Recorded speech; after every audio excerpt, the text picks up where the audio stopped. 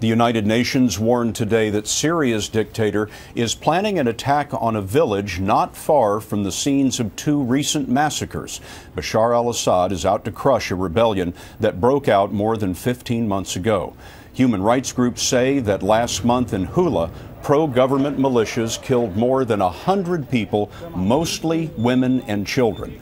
Dozens more were killed last week in Kubair, and there were battles throughout Syria today. It's extremely difficult to get a reporter into Syria, but our Elizabeth Palmer is there. Liz traveled up to the rebel city of Homs today. She's now back in the capital of Damascus.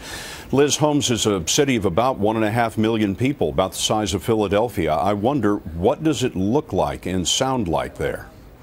Well, it looks empty because hundreds of thousands of people have left because the fighting's been so heavy. We could hear mortar and rocket fire, gun battles going on. It was impossible to see who was shooting at whom, but we know that that area is controlled by the armed opposition fighters, and they are mounting offensives there against the Syrian forces. I wonder, the hard-hit parts of the city, what do they look like? Have they been turned into rubble?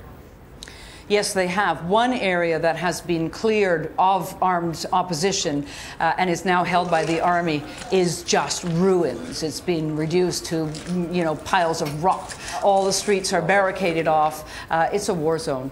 On your travels today, you had an opportunity to talk to some of the rebels who are fighting for what they call the Free Syrian Army. What did they tell you? We drove north of Homs, where the fighting is even heavier.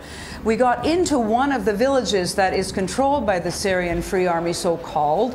A lot of them are local men who've taken up arms. A lot of them are army deserters who have crossed the line, if you like. They were very keen to show us their ID and tell us that they basically have come home to their villages to fight to get rid of President Bashar al-Assad. They were all Sunnis. They said they want the international community to help them to overthrow the Syrian government, and that they are suffering. CBS News correspondent Elizabeth Palmer reporting for us in Damascus. Thank you, Liz.